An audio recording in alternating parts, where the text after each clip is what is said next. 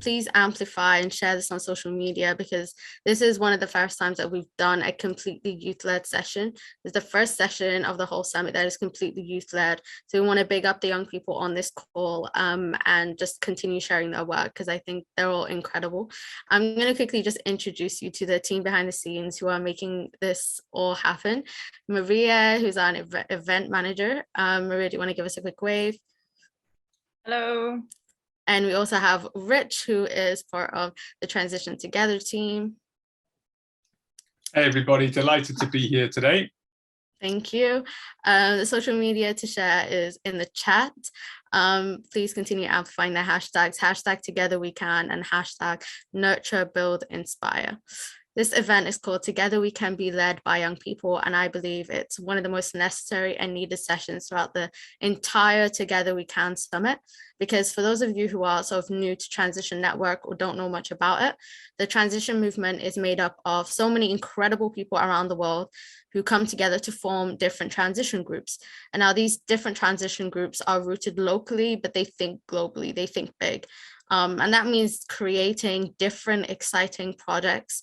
And it can mean anything from, community gardens to community hubs, locally sourced food, learning more about circular economies and so on. Hi, Chris. And most importantly, it's being bold, it's being big, it's being imaginative in our thinking and in our vision. But historically, it's been difficult to involve young people in decision-making and in governance within Transition Network and beyond. And certainly in the conversations where the voices of young people matter even more. As you'll hear from today, from our inspiring speakers, young people are not just the leaders of tomorrow. We are mobilizing, we're winning campaigns today, we're shaping conversations, we're shaping the present and the future world whenever we can. And so, yes, I want to acknowledge and just reaffirm that this is the first time that annual summit has had a session that's been solely focused on young people. And I want to personally thank the co-organizing team for allowing me to run with my ideas. And as a young person, giving me the opportunity to even be part of the co-organizing team of, such a big, impactful summit. So thank you so much to the team. Our speakers have joined us from different places with different life experiences, and each bring their own special stories, and I hope their full selves and their whole selves into this. I would first love to hear from each speaker their thoughts on the title of our session, Together We Can Be Led by Young People. What does that mean, and what does that look like for you in your daily and everyday practice? How has it been for you as a young person navigating these spaces, either, as a community activist or just by being yourself? And what do you feel the future holds for young people living in a world as we know it today? I understand that's been a lot, that's already a lot, but I want to just jump right in. Our first presenter is Mahnoor. Mahnoor is an incredible young person. And I really, really hope that you listen to her story intently today.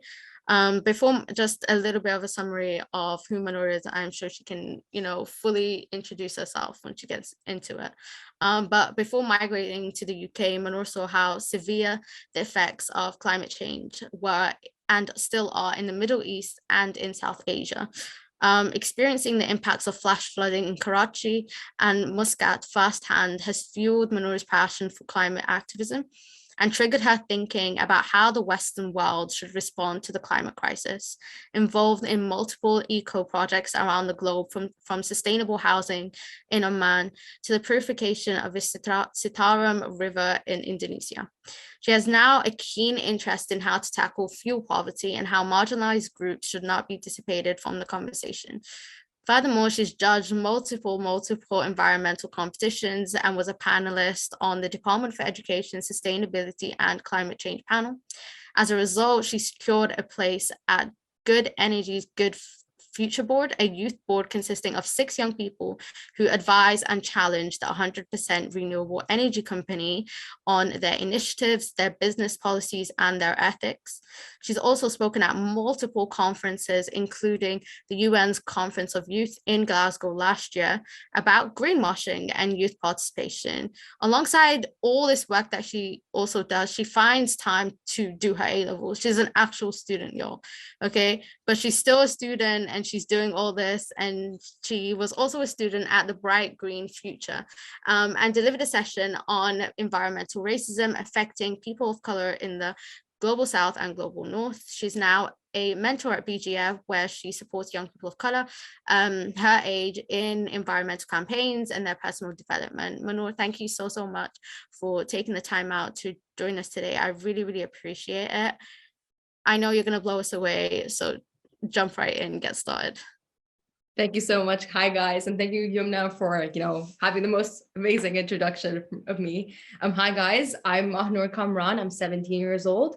I was born in Pakistan, in Karachi, lived there for 5 years, moved to Abu Dhabi in the United Arab Emirates, then moved to a country called Oman, which is right next to it. And then now I'm based in Stoke-on-Trent in the West Midlands. Let me just put this up because I've enlarged.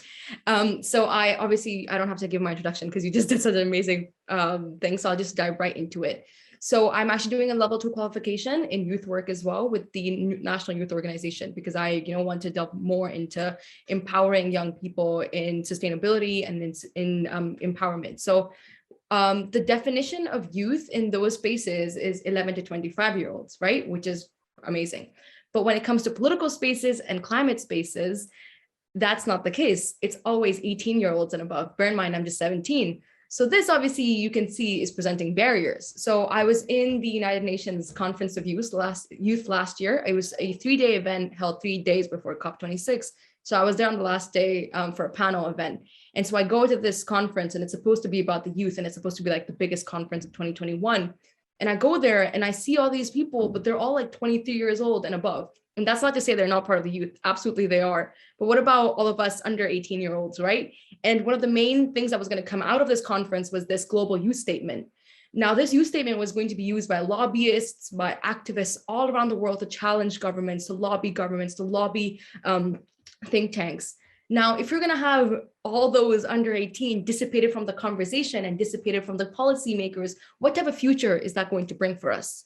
Right? And this isn't just the case. Obviously I'm part of Good Energy and I'm doing all these things with them. And I go to all these like business meetings. I go to these conferences, and I was at this Heat and Decentralized Energy Conference last year as well in September. And it was a big industry conference. You had like academics from like the London School of Economics and Oxford, and you had big CEOs. And I was the youngest person in the entire conference, the only hijabi, the youngest person in the entire conference. And my panel was about diversity in young people. And even on that, everybody was like a master's graduate. Everybody was like 25, 26. And then you have like a 17-year-old. So it's really hard because even within the youth, there is subcategories of youth and who's actually being listened to and who isn't, which really frustrates me.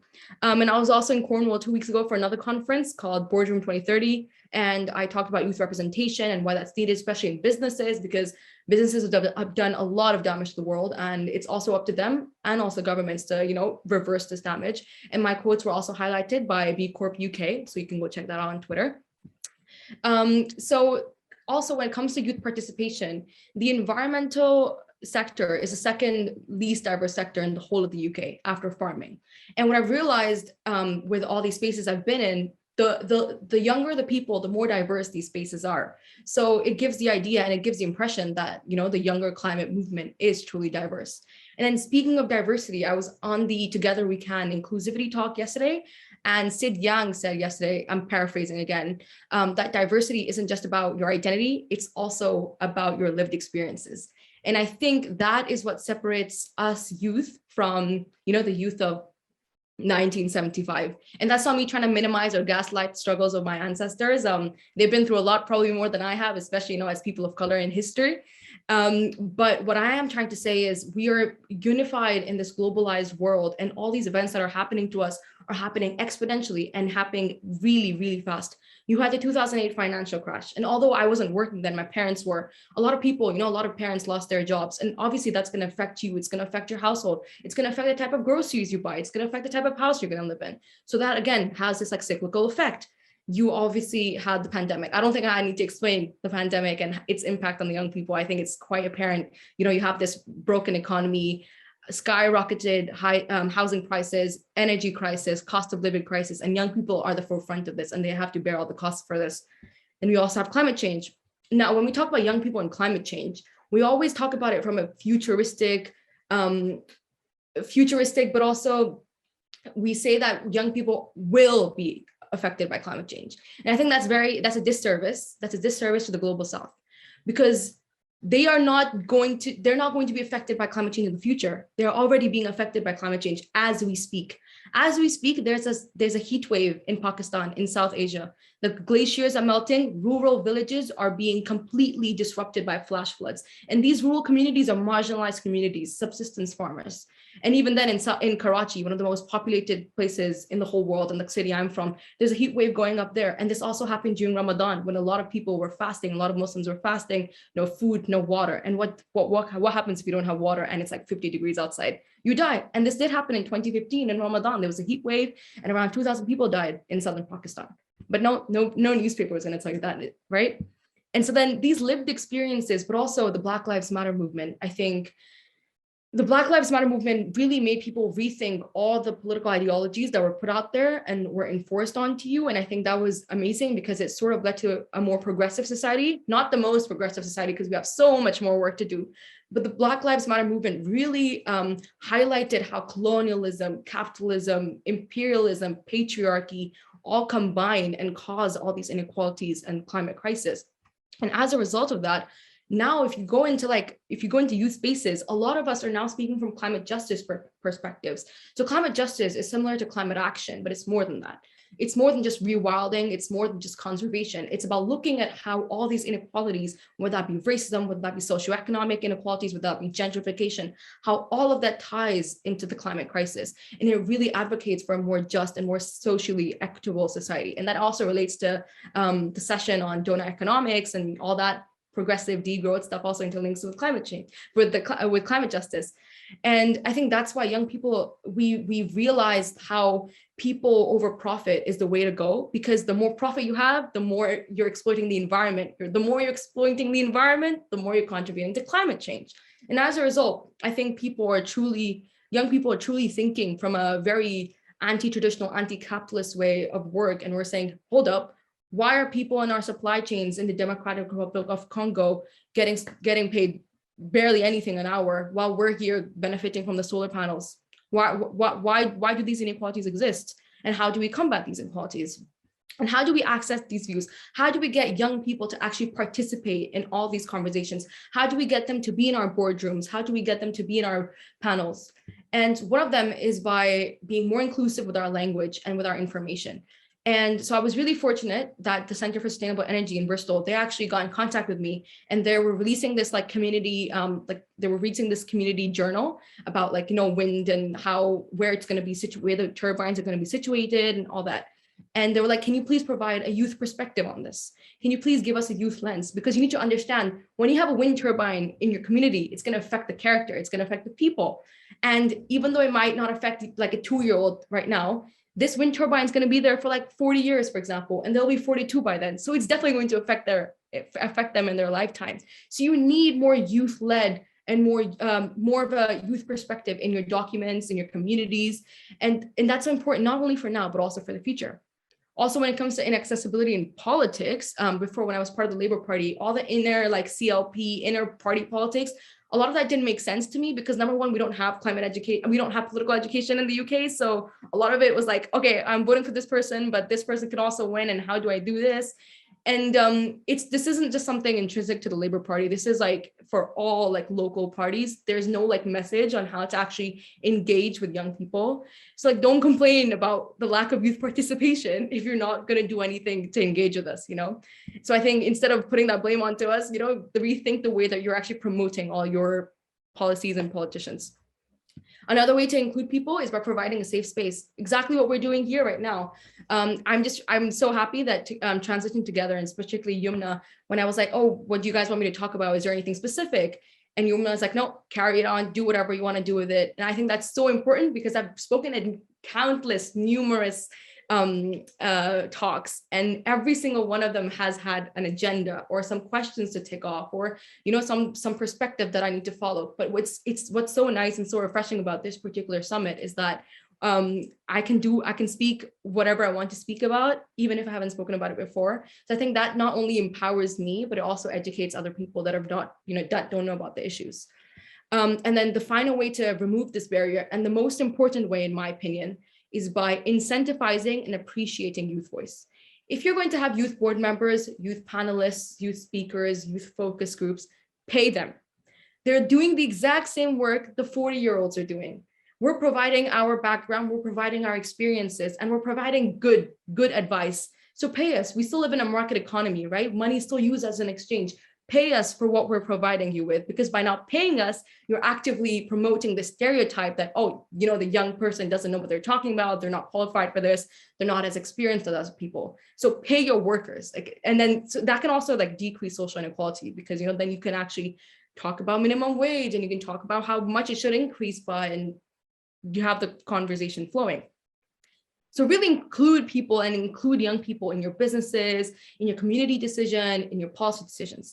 But there is a limit to this, particularly when I speak about this with businesses, because listen, I'm part of a business. I know what's going on inside other businesses' mind. I've been in these conversations. I've been in these AGM meetings.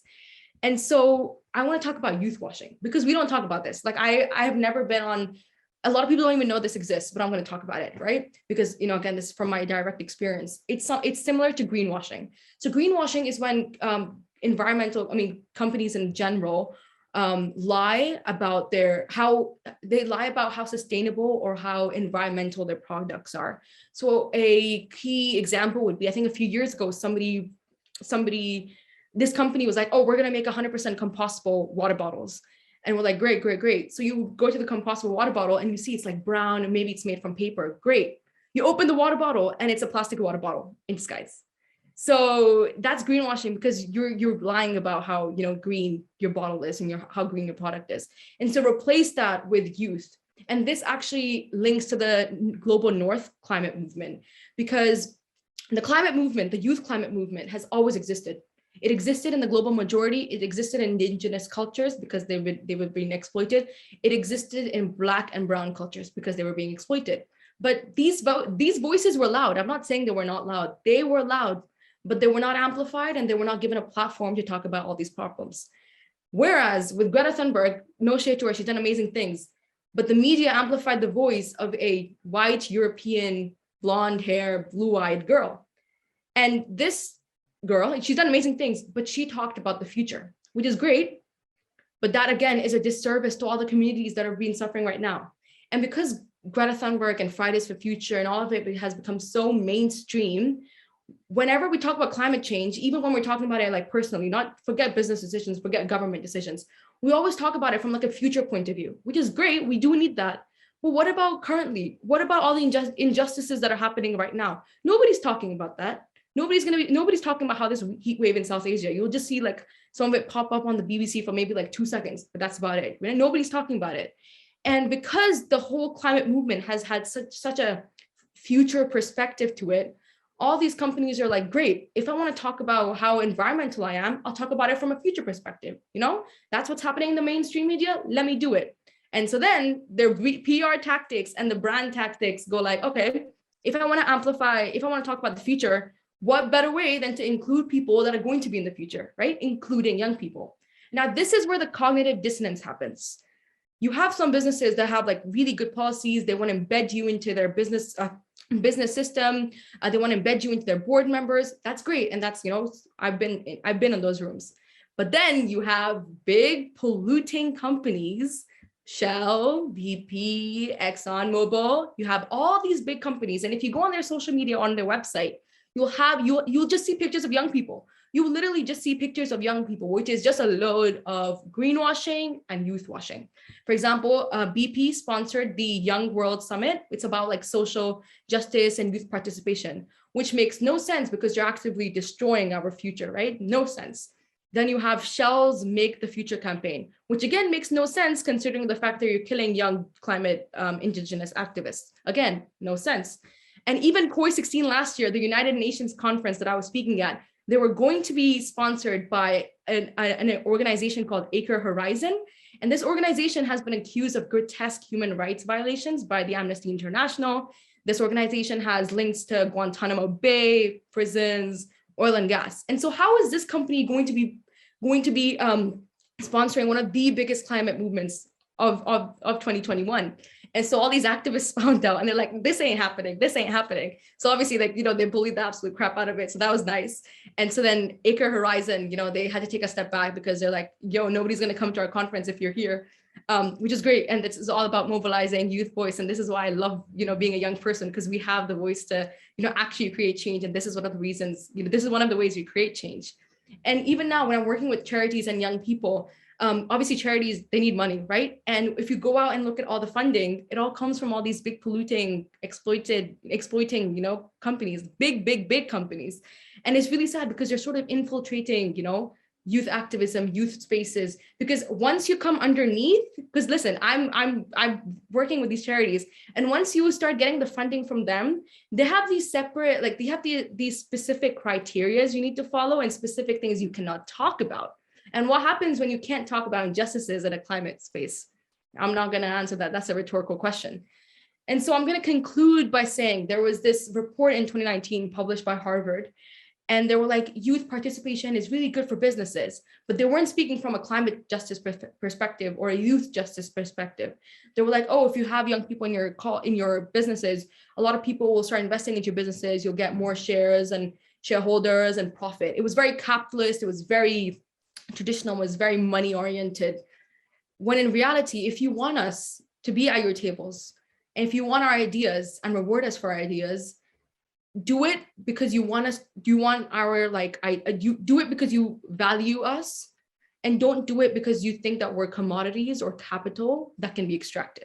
We are not. We are young people, and our voices and our opinions actually matter. And we're going to be leading your businesses in like 10, 20 years time. So you might as well listen to us. The end. That's me. I haven't checked the chat. So sorry, guys. I can't see the chat. Let me go through it. Thank Is you. there any Thank questions you that so stood out? much. Chris had a question about, before I say Chris's question, that was incredible. Thank you so much for sharing that. That was so insightful, and I just felt that. So thank you for that. Chris asked, I'd love to know what response you get from Good Energy when you bring questions and challenges about their work and perspectives and practice. Sorry. Yeah, great question. Great question. So yeah, so far and this is, I'm not saying this from like, they put a gun to my head to say this, but so far it's actually been really positive. Like I think every single issue that I've come across and I've talked about, they've listened to all of it. So I'm in contact with somebody called Ian. So he's like, he's like the messenger between us and the business. And Ian's just like, he's great because he really understands, because he does a lot of social media stuff. So he like understands what we're talking about. But also, I talk a lot about like climate justice. There was this one time they shared a post, and although a lot of people would have agreed with it, it really doesn't go with climate justice. And so I sent it to him. I was like, yo, I don't think they should go on, and then he didn't even debate with me. He didn't say anything. He's like, I'm taking it off.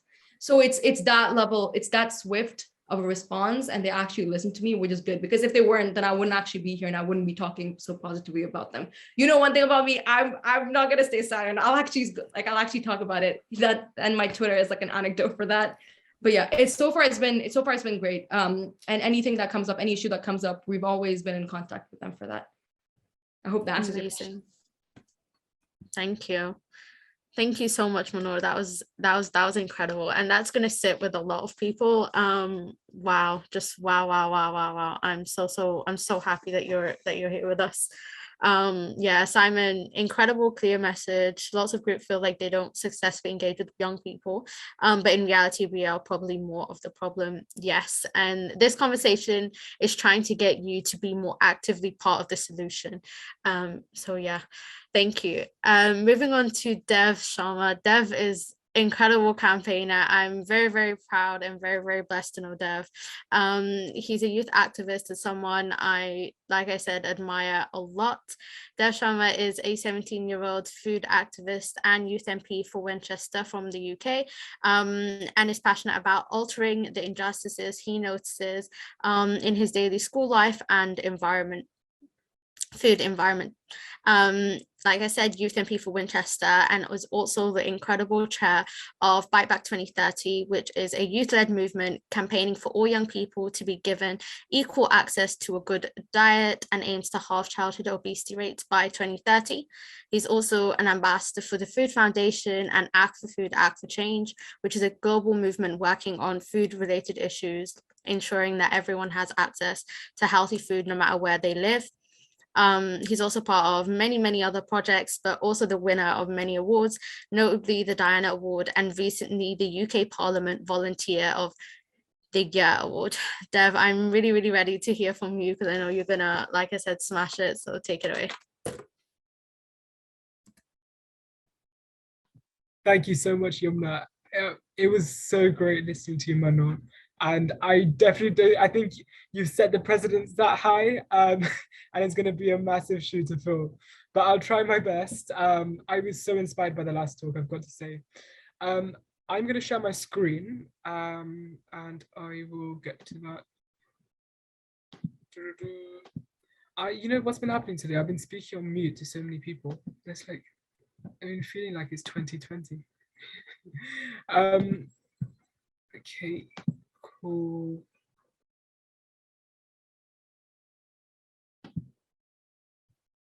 Can everyone see that? Can I have a thumbs up? Yep, cool. So my name's Dev Sharma. I'm 17 and I'm a youth activist. I'm so honored to have been invited by Yumna and the team to come and speak. I think I was so amazed when they said that really you can come and speak about anything and like just feel free to speak about what you feel you're passionate about. And that really touched the heart. I think that was completely incredible. Oops, what have I done? I'm sorry, I'm telling you, technology's not working for me today. I wanted to give a quick introduction for me. I'm 17 years old. I co-chair the Bite Back 2030 campaign, which is a movement started to prioritize and put children's health center stage.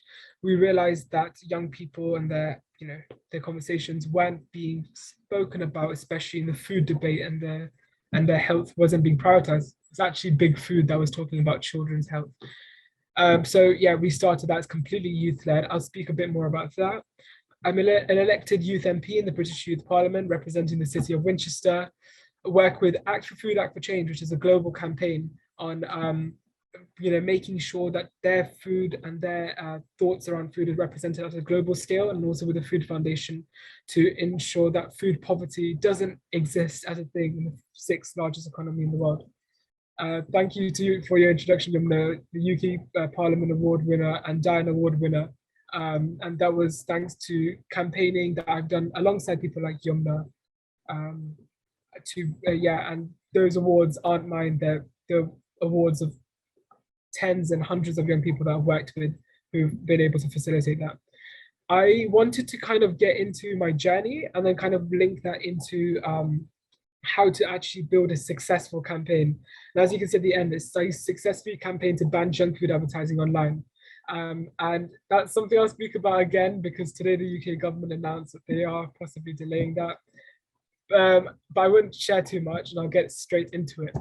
So I started when I was 14 years old. I was very much just, a normal person, used to go to the park, used to set off fireworks in my local park, not to run the local neighbor. Like, I was that type of boy, right? I was like, not the best person, not the person you like really represent. Like, yeah, I cared, but it was like, I didn't really look at the big picture world. I just looked at how to get day by day, how to go through school, how to get the grades I need.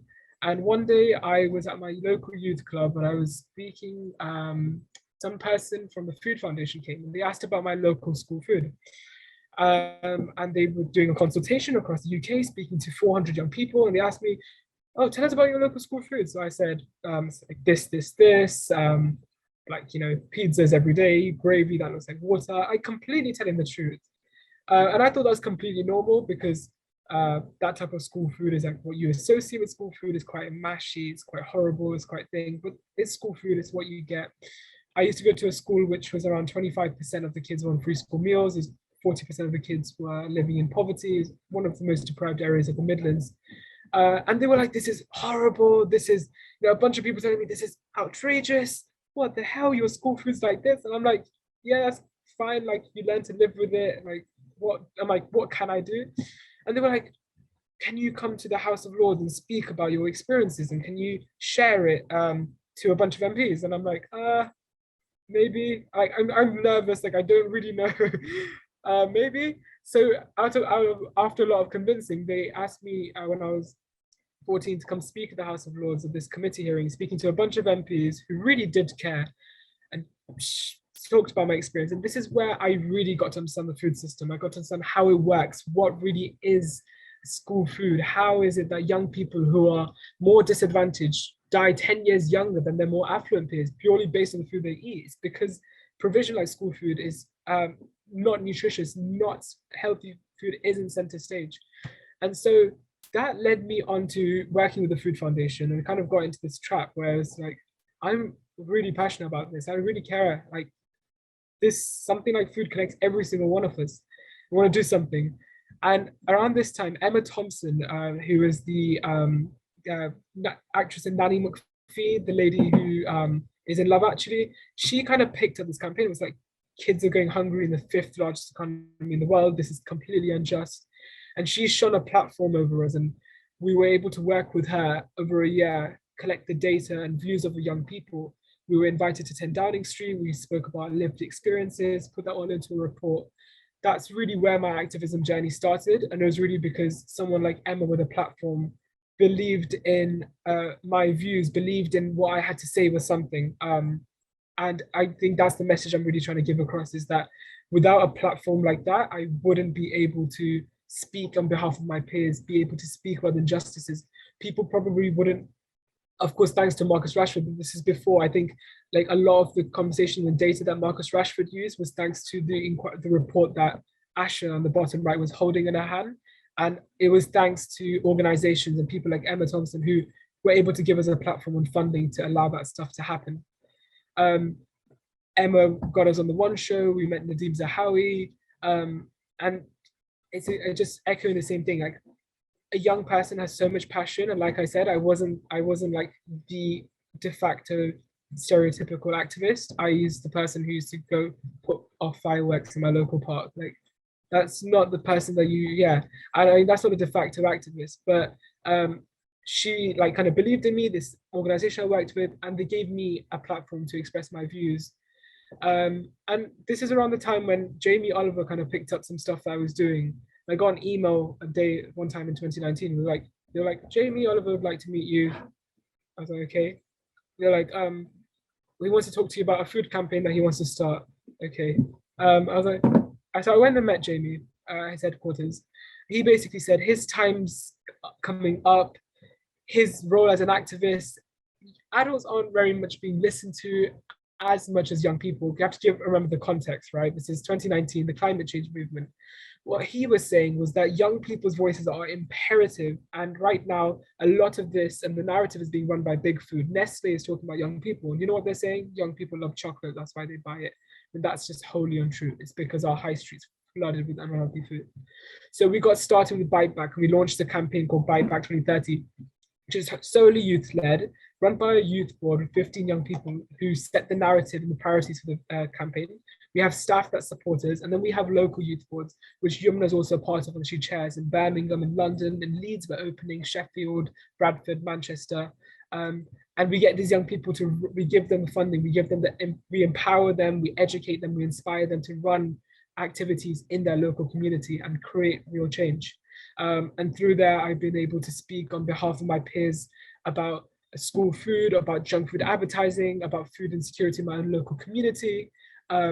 And it's completely changed my life, but also I feel that I've been able to give back to my community and in a way represent the voices of my friends.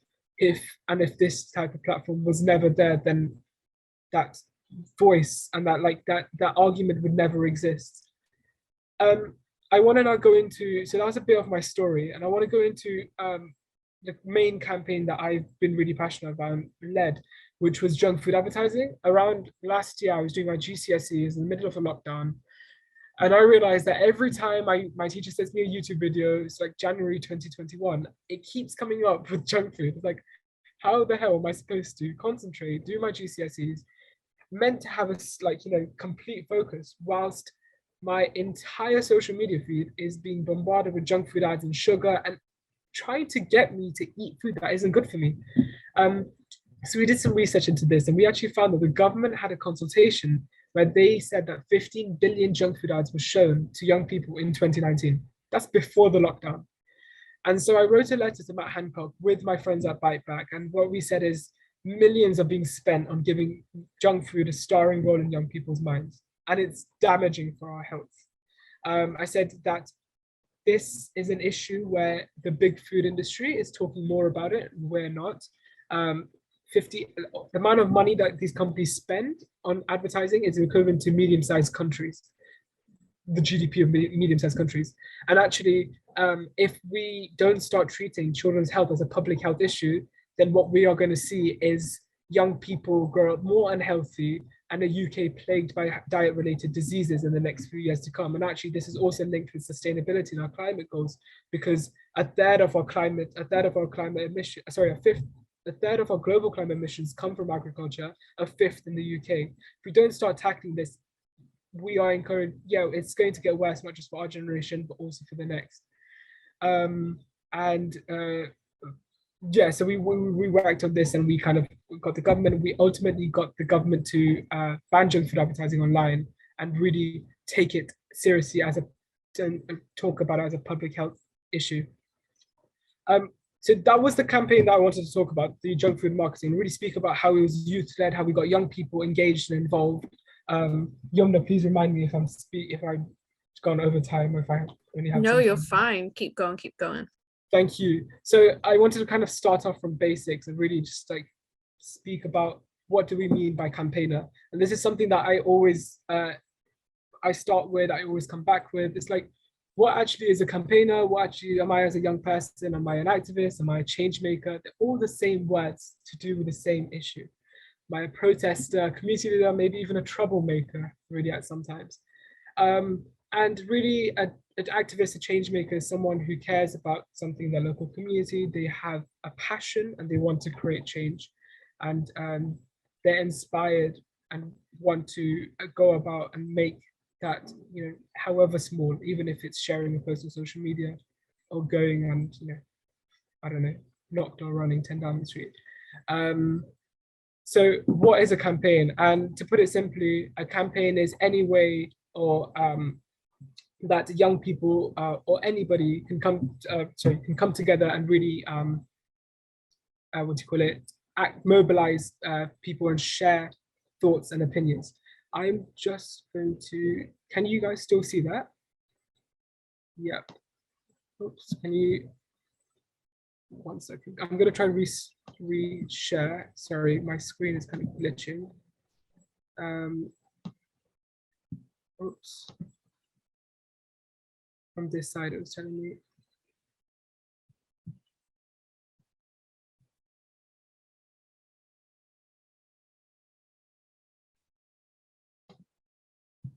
Share my screen. Where is that? There it is. Yeah.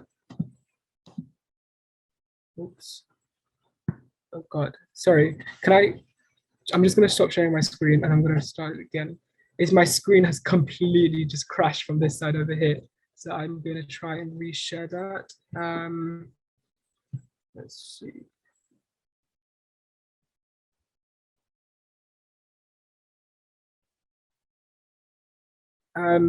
Yeah, but some ad lib. If they have any questions, please direct them to the chat and I will try to get to them. And I'll try and answer them at the earliest.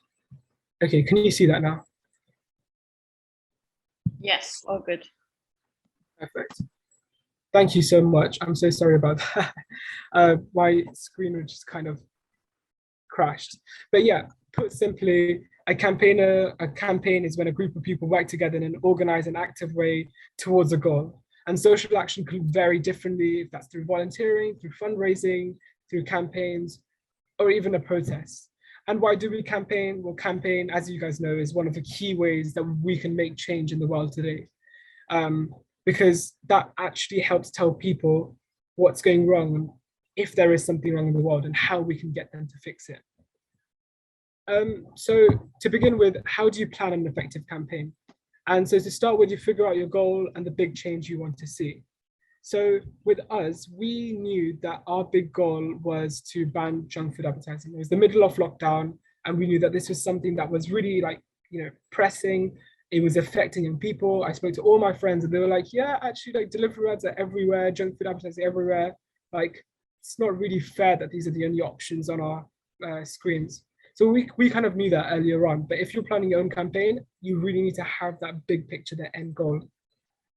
Then we researched our campaign to check that we've got the facts right. So at that time, the government were doing a consultation and they actually were planning on seeing if banning junk food advertising was feasible. So they'd done their own research. They said that 15 billion junk food ads were shown to young people. That was all kind of already data out there. There was also a bunch of research done by Public Health England and Ofqual, the regulator in terms of media.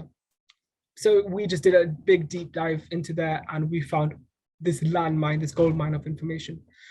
And then set some objectives. What are the things you need to happen to bring about your goal? So what our goal was, and like what the letter basically said, is that we want the government to meet up with us because we want to explain to them the problem. We felt that if we can explain from our heart how it affects us, the government will surely have to change their mind. And so for you, that could be a goal through social media, through community meetings, through school clubs. We had social media goals and we said that we were going to send out this many tweets a week and that we are going to plan these many meetings with decision makers locally and ultimately try to press it from get that pressed. So yeah, we set some objectives and we were like, this is how we're going to run the campaign. This is like our KPIs really. Going on, launching your campaign, figure out who has the power to make the change happen. This will be your campaign target. So with us, we knew our campaign target were Tory MPs. These were the people who are our hit list. They were always, outspoken about junk food marketing. They called it the nanny state. They said that actively talking about children's health was kind of putting pressuring people's options and choices, when actually we had data and things to suggest that junk food advertising actually skews people's choices and makes them have less of an option because they're forced to end up buying junk food because that's the only option on their screens. The second, make allies. And really, that's something that got us through a lot because we realized that it's always easier to campaign when you have allies. So it's always helpful to look for people who've already campaigned on the issue, a local politician who's recently said something about this, members of the public who might care about the issue. Make sure that your connection, your network is strong and everyone knows what's happening ultimately. So so that's what we did, is like we spoke to a few politicians who are outspoken on this and said, and Tory politicians especially, and said, will you back us in our campaign and share our post? We had email supporters and we said, this is exactly what's happening, share at these times, blah, blah, blah. And we're gonna plan a massive Twitter storm and try to get, tag Boris Johnson. But really it's about having allies and knowing that you have people who support your issue within the Commons and outside. And lastly, determine what's going to influence them. Is it the media? Is it the voice of the public? Is it pressure from peers or other decision makers? And we realized from the earlier on, from the get-go, that what's going to influence Tory MPs, specifically backbencher MPs, is hard facts. They are politicizing this issue because they fundamentally believe that junk food marketing will limit people's choices. We had to show them, frame the campaign as speaking truth to power and actually prove to them that our suspicions are correct. And so we bundled together a bunch of data, a bunch of things. We fact-filed points. We even hired an independent consultant to find out if our suspicions are correct, and emailed this to every single Tory MP and sent also a physical briefing to their office. And yeah, that's what we thought, that's what's going to influence them. And lastly, plan and launch your tactics accordingly. we ultimately got all this research and we put it into an expose, a document, and we hosted a parliamentary launch, and we fed truth to power. And so what we did is we had this day of action where on our website, our social media accounts, we had meeting points, and everyone together tactically posted something at the same time. And we managed to actually get a lot of Tory MPs like Andrew Griffiths, who's currently Boris Johnson's chief of health, to kind of, reason with us and actually believe that this is an issue. And then once you've done all of that, it's about building the pressure and keeping it going. And that comes with spreading the word. Now you have lots of supporters who will help you win, but that support can come in different forms, from people signing a petition to financially supporting the cause. So some ideas are, for example, petitions, traditional media, talking to MPs, fundraising. These are all ways that you can spread the word, but also, get support in different ways. Then we had to escalate the campaign, and we realized, okay, we're getting the supporters, we've launched this letter, and we're getting people to sign it. But if we want to attract the masses, how do we do that? So to make sure our campaign target feels the pressure, we got celebs and organizations to support us, and we got micro-influencers, specifically micro-influencers, because they have a much more organic reach, to work with us and talking about this issue and really highlight, saying that this is important, I'm a parent, this impacts my children, and adding some face value to it. And then lastly, it's not on there, but I added being reactive to new opportunities. We got the opportunity to liaise directly with Downing Street after they realized that this is actually something worth fighting for, and we were able to share our data with them. And they were very happy with us sharing that. And we were very happy with sharing because we were being reactive to new opportunities coming our way. Ultimately, this was during our parliamentary launch with MPs. And we celebrated, at the end, we got a win, and we got the UK government to ban junk food advertising online after all of this. And we thought, great, celebrate, you have to show the government that they were in the right. You can't always say that you were in the wrong, it was your fault, this. We had to have a day where actually we had to say, thank you, Boris, you've listened to our health, you've done this, and make them feel that this is something that's going in the right step. And then also backtrack and say, there's a lot more we could be doing.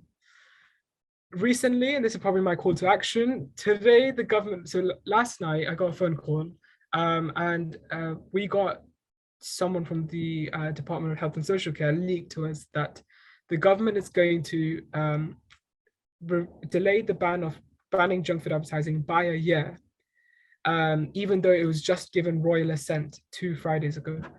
And the reason they're doing that is because they believe the cost of living crisis is going to be a tighter squeeze on people, despite their own government research showing that junk food advertising and promotions make poorer families spend 22% more of their income on bulking unhealthier food, which is bad for their health and bad for their wallet. So we didn't understand why this is happening, but over 24 hours, we've kind of made a bunch of social media assets. We've been trying to press Boris. We've had news interviews, had media support. We've had politicians speak up. And we've been trying to get Boris to reverse the decision and say, listen to the young people, listen to us. You can't have children's health as an expense of the cost of living crisis. So my call to action is, please head on over to @BiteBack2030, Instagram, Twitter, share our posts, show some support. Hopefully you can get the government to reverse their decision around this and protect children's health. Thank you so much. Thank you so much. It was a pleasure and an honor speaking to everyone. I think questions are happening at the end, so I'll leave the questions and I'll stop sharing. Thank you. Thank you so much, Steph. Thank you so much for sharing that. I think that was incredible. I love the way you went through your personal journey, but then also tied it all into Bite Back and the final call to action. Thank you, Maria, for putting it in the chat. But yeah, I really appreciate you joining us today. It was incredible. I think everyone is going to leave this session just feeling so good about hearing the voices of young people truly. So yeah, thank you for joining us. I'm going to introduce Kwesia, who's known as the city girl in nature. Kwesia grew up in Deptford, an inner city area in southeast London, who struggled a great deal making sense of the violence and trauma she had faced at her lowest. But she received what could be regarded as a gift and a blessing, which was an opportunity to be part of a British Exploring Society's expedition to the Peruvian Amazon rainforest, spending 3 weeks in a remote part of the jungle with no phone, guys, no phone, no contact with the outside world. I don't know if I could do that with a group of people that she barely even knew. Life-changing experience, and she wanted to explore if this connection with nature could touch them in a similar way that it had with herself. This led to the start of City Girl in Nature as a way to give back to her community, to share her love, to share her passion for the outdoors, and belief that everybody should have the chance to be healed, to be nourished, and to live with abundance, to live with intention. Thank you, Kwesia, for making the time out of your day to join us and be present. Your story is truly, truly special. I can't wait to hear how, important nature has been in your journey, and how you think nature can be a way to achieve this collective healing, to get to this collective agency and action. Incredible. I can't wait to hear you speak. Take it away. Thank you, Yumna, for the introduction. It's been so great to hear Mahnoor and Dev also speaking. So young as well, 17. Wow, when I was 17, life was way different to you guys' experience. But I'm not that much older than you, actually. I'm only like 7 years older. But yeah, it's really great, and it's a pleasure to share this space with you guys. I'll share my screen. My presentation is mainly pictures and one video because I'm quite a different type of learner type, which often got me in trouble in school. But gonna share my screen. Hope everyone can see.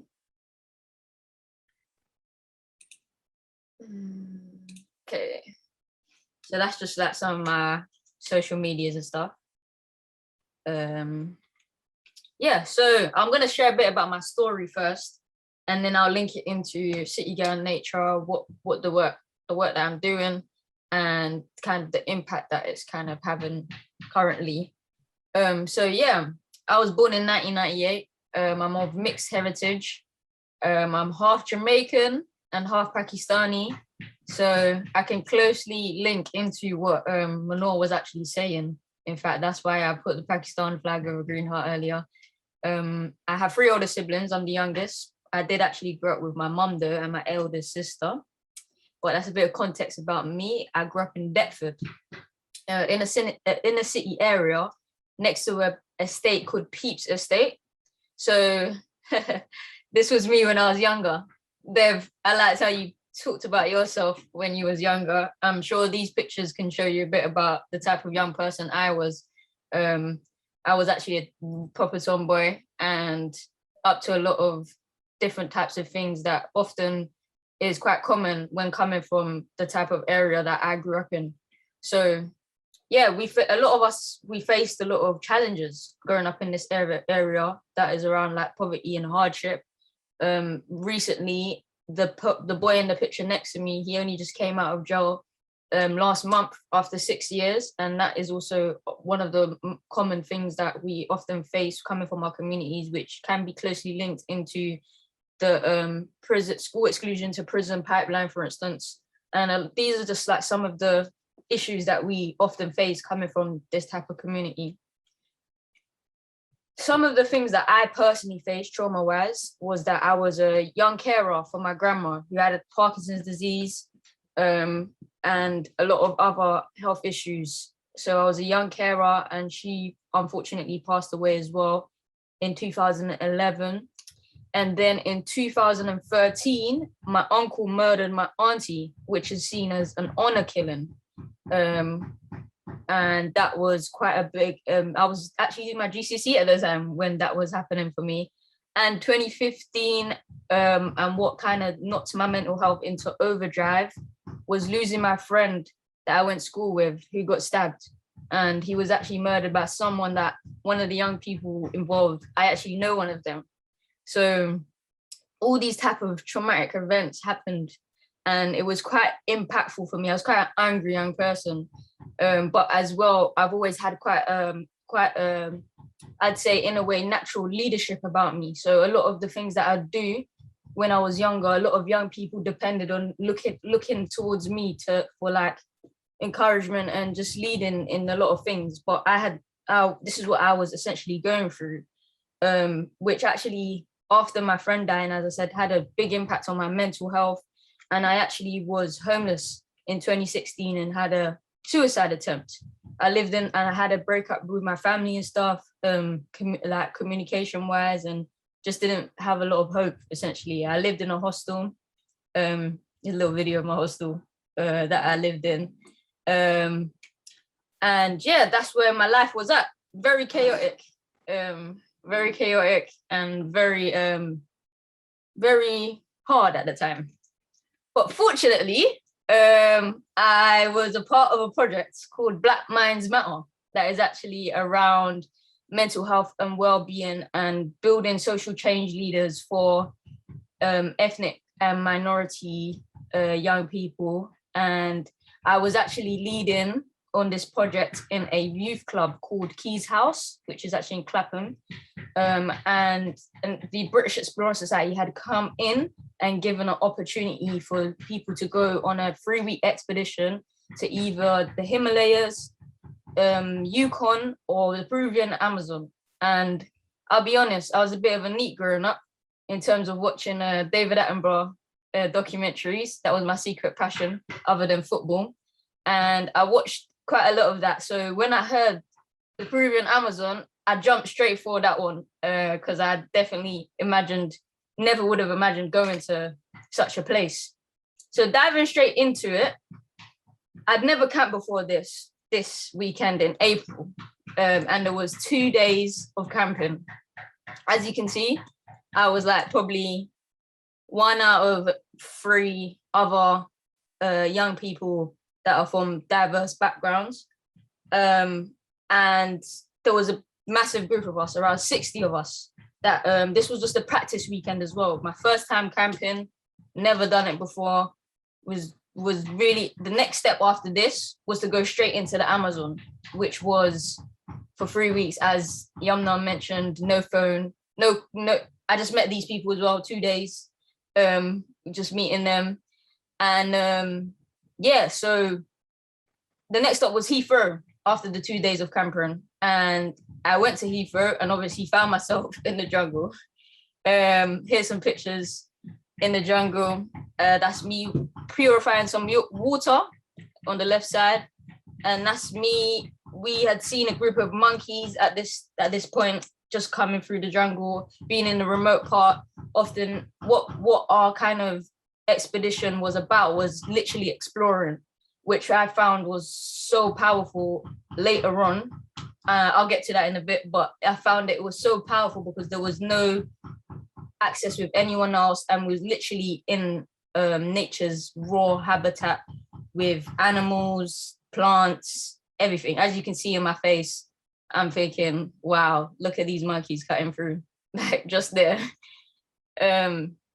When I returned back from the Amazon, I was given the opportunity to speak at an event alongside a record breaker polar explorer, Ben Solders, through the British Explorer Society, as my chief leader had, I think, shared about my story I shared with him in terms of some of the things I had gone through.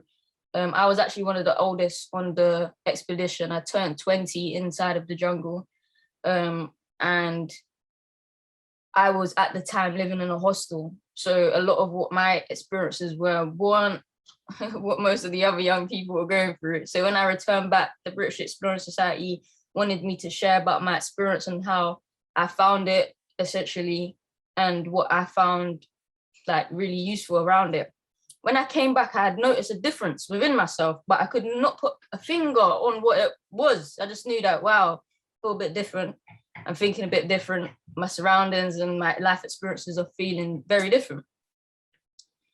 I was fortunate also to be given a Duke Explorers Award in February 2019, where I went to Buckingham Palace. And these are a few pictures of that event. These are all, and there was one person picked from each expedition of that year.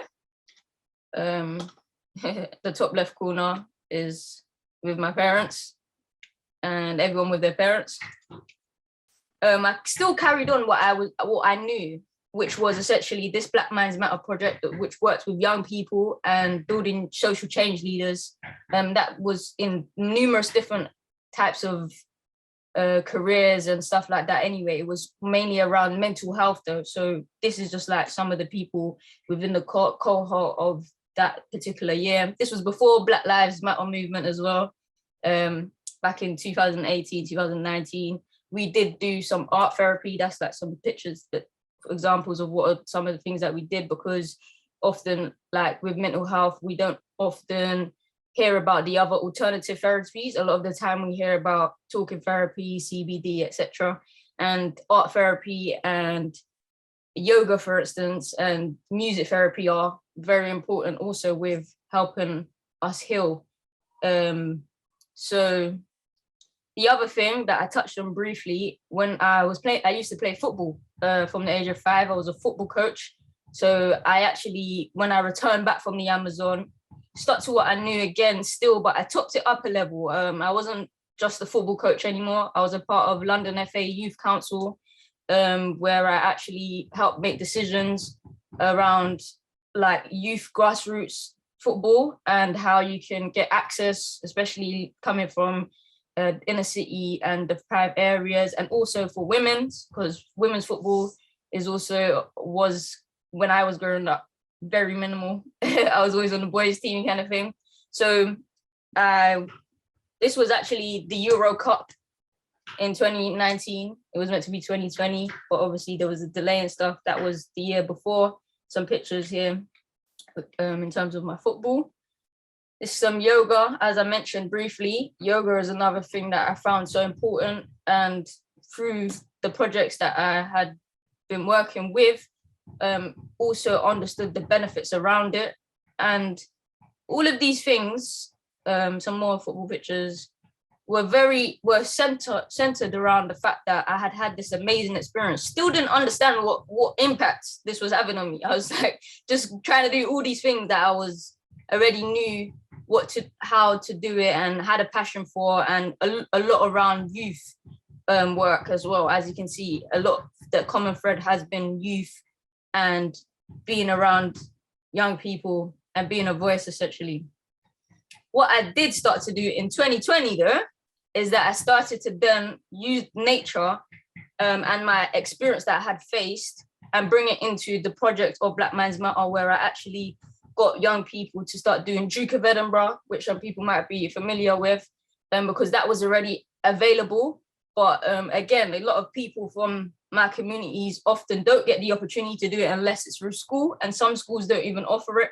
So this cohort, as you can see, is much older than the usual cohort because they never had the opportunity to do it previously, and they were funded to do their gold awards, and they all actually got to complete it. I also did a bit of acting around a film called Blacks Can't Swim, which is also about trying to get the younger generation to understand the importance of water safety and that life, like swimming is a life skill. I was actually leading character in that, and again, in showing the importance of representation and such a thing that is like a taboo of Blacks Can't Swim, essentially. Back to City Girl Nature. So City Girl Nature was born in 2020 after I spoke at a conference that I actually went into the room. This is actually quite a common thread that I've heard from everyone else a bit. And there was a bunch of white, middle class, older people speaking around the outdoors, and just like I didn't understand how wide and vast that world was as well. And I heard all these speakers. I had gone in there to just share my story. And when I went there and I saw that, I was like, wow, I know I've been doing all this other work in terms of the things I know already, but I should really do something with this experience of what I had experienced going to the Peruvian Amazon. And at that point is when I really, because that conference was around adventure and how adventure can change our lives, essentially, which there's actually a book by Belinda Kirk that I actually feature in as well around adventure revolution. So just about how adventure and kind of, if you want to say outdoors, nature can essentially change our lives. And that's when I literally had the idea, I've got to do something with this personal experience that I've had and create it into a movement, if you want to say, and have an impact with the people and the networks that I already are associated with, and bring them into this thing that I feel has helped me heal from a lot of the traumatic things that I had faced growing up. And I know that my story is one of many. There's so many people that have similar, if not worse. And no matter what it is, everyone has a story. Do you know what I mean? So like being able to get people to understand that nature is that source of healing and understanding that we all can access it, and just giving a new perspective, essentially. Created City Girl in Nature, and I created a YouTube channel to reach the youth, in fact, because for me, that's like one of the biggest platforms nowadays, especially to connect with anyone, not just the youth, but especially the youth. A lot of young people now is the best place to reach them is online, not just in person anymore.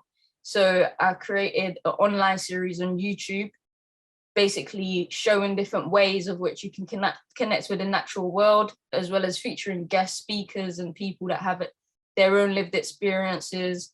There's two wonderful girls called Jungly Joggers, who are Muslim girls, and they also feature in the series, for instance, and just getting loads of like inspirational people that stories don't get the chance to be showcased as well, because I find it so important to storytell and show these types of things that are happening and how impactful other young people out there can actually have this opportunity. I always love to share that nature is on our doorsteps, especially why my name is City Girl in Nature, the fact that I am from the city, but nature is all around us and it is even within us, essentially. We come from nature, essentially.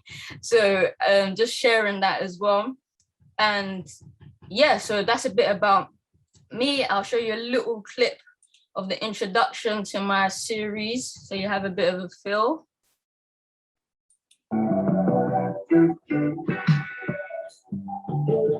On my return back from the Amazon, I started to think about connecting with other people, particularly young people like myself, some of whom have never had the opportunity to experience anything other than inequality and hardship. I wanted to explore if a connection with nature could touch them in a similar way it touched me. This led to the start of City Girl in Nature as a way to give back to my community, to share my love and passion for the outdoors, and the belief that everyone should have the chance to be healed, to be nourished, and to live with abundance. Been released to my time, I'm a different kettle of fish. You might catch me in the central, you got the party, Tom got Tuesday, I got the party lit. So that's a bit of a taste of my online series, which actually has about 24 episodes out. The series is actually finished now. I was releasing it once a week since September.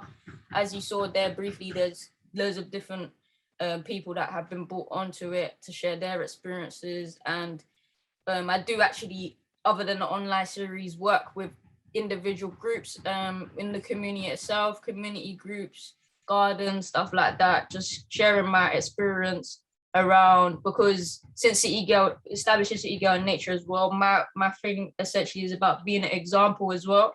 So I have a lot of I've learned a lot around foraging, birds, botany, which is like flowers and stuff like that. And essentially I share those kind of that information with other people, but in a raw and a relatable way, because I find that so important. And often, like we've said already, young people can often not get these types of opportunity to lead by example. And I find that that is so important and powerful when you see someone else doing something, because no matter if I'm with me doing this with City Girl Nature, I also have seen that I've impacted other people that aren't necessarily or wouldn't usually see that nature as something for them, simply because it's real and relatable. And yeah, like I feel like that is one of the key things about the youth of today and how powerful we actually can be. But yeah, that's a bit about me, and that's how I got to where I got to. And I hope you enjoyed hearing my story and a bit about the work that I do. I don't mind going more into it. But yeah, thank you so much, guys. Oh my God, that was amazing. That was amazing. I loved it. Yeah, that amazing. The video, the aesthetics, the music playing in the background, everything is just amazing. Your journey. Thank you so much for being brave enough to share that. And I hope that it's something that's going to sit with me for a long time. Thank you for feeling brave enough to share that and be in this space with us. I really appreciate it, as I know everyone else will as well. Yeah, I don't know how to go after all you incredible people. It's just so inspiring what everyone's done. You've come from such different perspectives, such different angles, and it just shows you the diversity in thinking when you're speaking to a lot of young people. As you know, organizations and businesses, they see just, you know, young people as tokenistic. We're just another tick box, another, you know, diversity shout. It's not something, you know, that they take seriously, that, you know, there are young people who are whole, who, you know, have got lived experiences that want to share them, but we just don't have the space. Like Mahnoor is saying as well, we don't have the space. There's no, you know, it's difficult to find spaces where young people belong. And I just want to quickly touch on that and share a little bit about my own journey, just really briefly. Was I started off when I was 12 years old. I was, you know, your shy girl. I was just really passionate about different issues in the world. I guess I was just really idealistic, is that, yeah, I just loved meeting people, getting to know their stories, because storytelling and reading was just a really big part of my life. I wasn't that confident in sharing who I was, speaking to people, but I loved reading and I loved writing. And so I used that and researched a lot of the issues that were close to me and that I was interested in. As a young child, so I'm African and I'm Arab. I come from Yemen and Somalia. So a lot of the issues that I've seen, I've, you know, heard from my parents who've, you know, immigrated here, who've been through 2 civil wars, one in Yemen, one in Somalia, but also were able to travel to this country. But I heard a lot about the Arab Spring back in 2012, where I really heard a lot of people were, you know, getting angry at the government, and that was because of unemployment, and that was because of food crisis and food shortages, and people were angry at the governments because of corruption, and this had like a knock-on effect on the people. That was, for me, was the first instance that I saw like on the news, and speaking to my parents and getting to know about the issues that were going on in my home countries. I was really passionate about that, and so I took that and I researched more about some of the issues in the Middle East at the time, because that's what I'm passionate about. That's my heritage. And because, you know, I have family that are scattered around the world, it's so hard to just keep in contact with everyone and feel like you belong somewhere. So yeah, that's what I did. And so I co-wrote a story about the war in Palestine through a fiction lens, and it was through, you know, the perspective of a child. And what made it even more, you know, interesting was that I was writing this 12 years old, who I am non-Palestinian, but because I was so interested in, you know, the socio-political context at the time, I really wanted to explore that in depth. And, you know, hearing from my parents and doing a lot of research, doing a lot of interviews with people, it just gave me the confidence to then write the story. And then my cousin, who's the same age as us, same age as me, 17 years old, she was really interested in the war in Somalia. And we were like, how about we both write stories? We managed to merge them and talk about it, like the umbrella perspective of just war in general, how war can impact people. I guess that's where it first started for me. And I then published that book on Amazon, and it's called Struggles of War. And so we published that when I was 12, 13. It was just like something of interest. I was just that child, like I'd be up at 2 a.m. writing on my little laptop, and I'd be like, what are you doing? Still working on that story? I was like, yeah. So I was that kind of meek. I was just sitting there writing stories. And I think that's where it all started for me, because I, like I said, was very idealistic. But when I kept seeing issues pop up in the world, I was like, the world is not as great as I thought it would be, you know? And then, so yeah, I became passionate about some of the local issues happening in Birmingham. There's a knife epidemic in Birmingham. There's not a lot of opportunities for young people. We love to brag about and say, you know, Birmingham is the youngest city in Europe. More than 40% of young people are under 25 years old in Birmingham. But it's like, where are the youth centers? Where are the young people hanging out? What are the opportunities here for young people? And there was little. So I tried to do something about it by joining my local youth council. I then got involved in UK Youth Parliament. So I became a youth MP for Birmingham, and really got the chance to speak to these councillors and speak to these MPs and be like, where are the opportunities for young people? Why am I not seeing young people everywhere? Like, this is the youngest city in Europe. You love to talk about it, but I'm not seeing anything on the ground reality, you know? So yeah, I took part in a lot of projects that I was passionate about, trying to, you know, improve healthcare literacy rates in Birmingham by working with the NHS, with my local hospital trusts.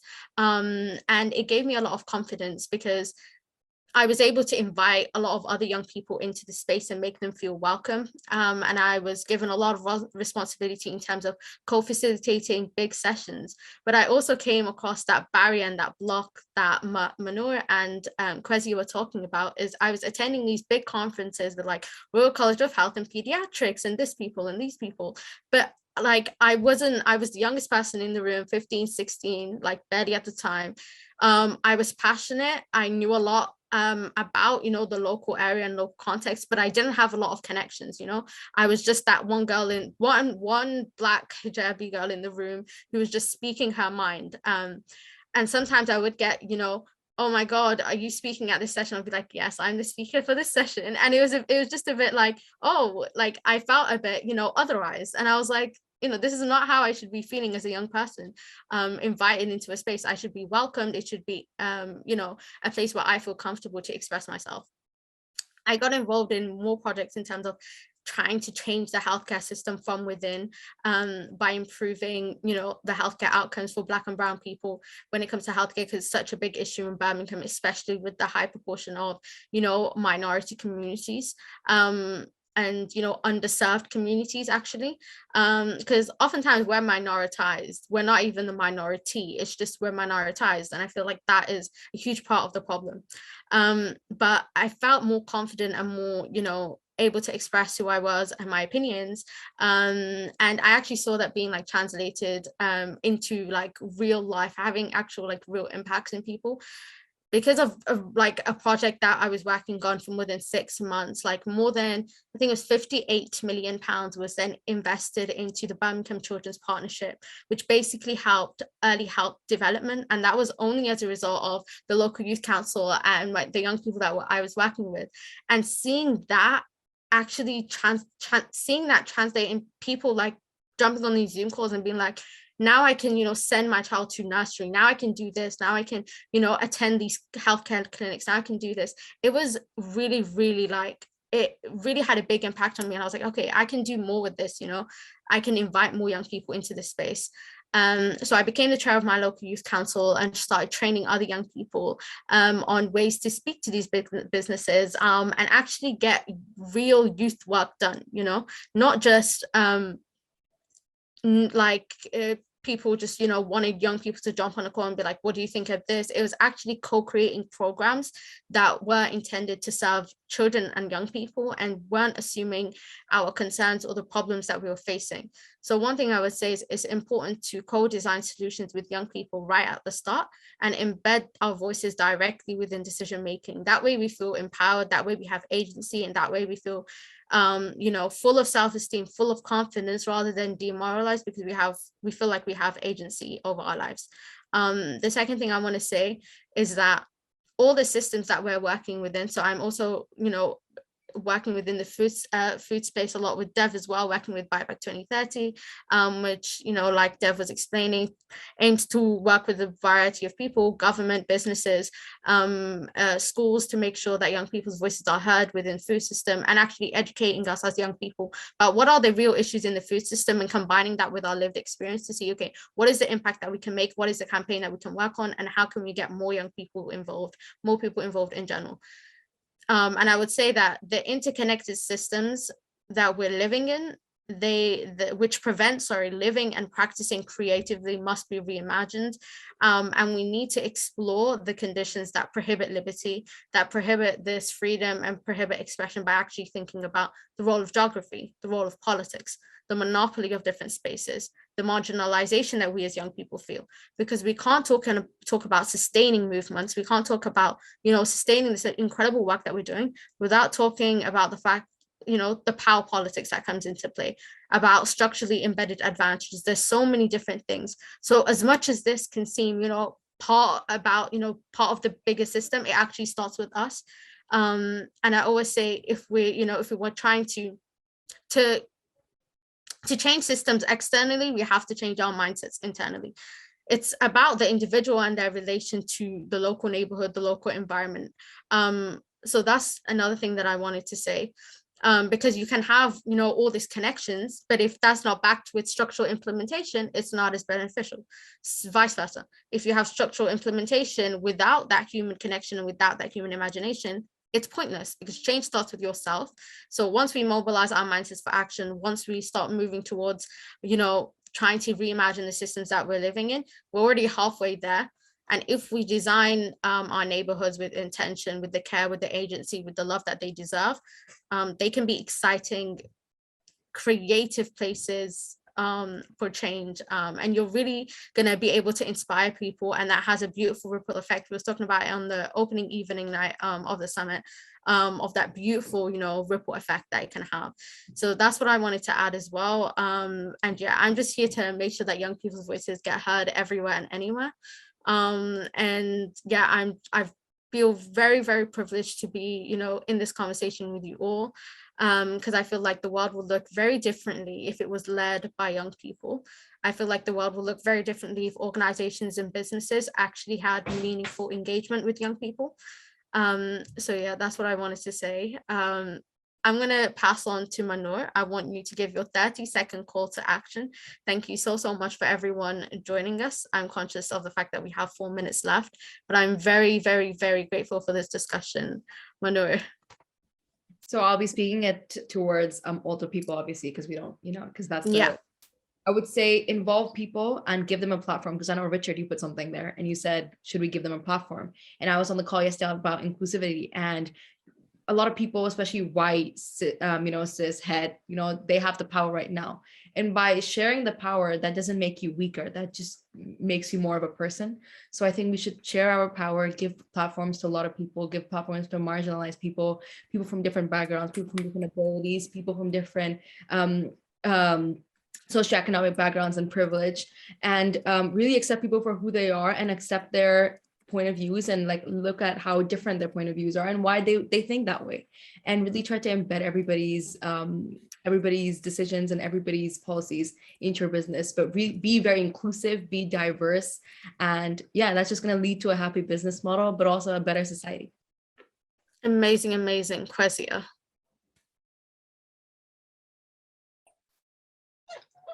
My call to action would be literally opportunity as well. I think opportunities are very, very important, especially for a lot of people that don't have the opportunity. And a lot of the time, young people, like what has been said many times, can be undermined in a way that their like lived experiences and just generally what they're encountering on day to day are not valuable, when really in fact they can actually give insights and perspectives that often aren't heard around these tables, that no one really looks like any of the people that actually need the resources or opportunities. So my call to action would be around opportunities, and also funding. Funding is very important too. Funding all these wonderful things that I've heard today, like from each and every one of everyone that spoke. A lot of this doesn't need funding as well. These are really important issues that can have a lot of impact on people's lives, life changing, and and you don't need like massive amounts of funding as well. And that's the funniest thing. It's just like the one person's life can change from such a basic kind of thing, if you want to say, because this is a lot of our passions as well. So yeah, I'd say funding and opportunities are my biggest kind of call to actions. Amazing. Thank you so much, Dev. I just wanted to start off and reiterate what you said. Young people aren't just the leaders of tomorrow, we're the leaders of today. And as a collective, we've got the energy, the skills, the ideas to improve society and our environment for the better. But despite this, society often fails to listen to young people, our views, or even recognize our ability to make a positive difference. My call to action is something that I'd want to repeat from what I said before. It's please go and check out Bite Back 2030. Please go and support our campaign and our current drive to get the government to ban junk food advertising online. 15 billion junk food ads are being seen by young people every year. And this is a matter of, this is a public health issue. This is a matter of children's health and for our future generations. Sign our open letter. As soon as you sign the letter, it sends an email directly to the government on behalf of you, and also share our posts. Amazing. Thank you. Yeah, my call to action would be to do exactly what Dev just said. Go on to Bite Back 2030, check out all the incredible work that we're doing. But yeah, it's a pleasure. This was my favorite session of the summit so far. Favorite session of the summit so far. And I'll say that with my whole chest. Favorite session to host, favorite session to listen in, favorite session for all the speakers. It's just amazing. Don't forget to join us. Thank you all to the speakers, to the participants, to every single person today that's made this happen. Don't forget to join us for the last session of the day. Together we can rewild our world with more fantastic guests. George, Beth, Jay Griffiths, and Fag last. It will be quite an evening. I've put the link into the chat. I'm doing that now. A few thanks before we close. Thank you so much to everyone for turning up, to Maria for event managing, our three wonderful guests, the Transition Network team, the Transition Together team, the National Lottery for their support. Don't forget to join our online space 5.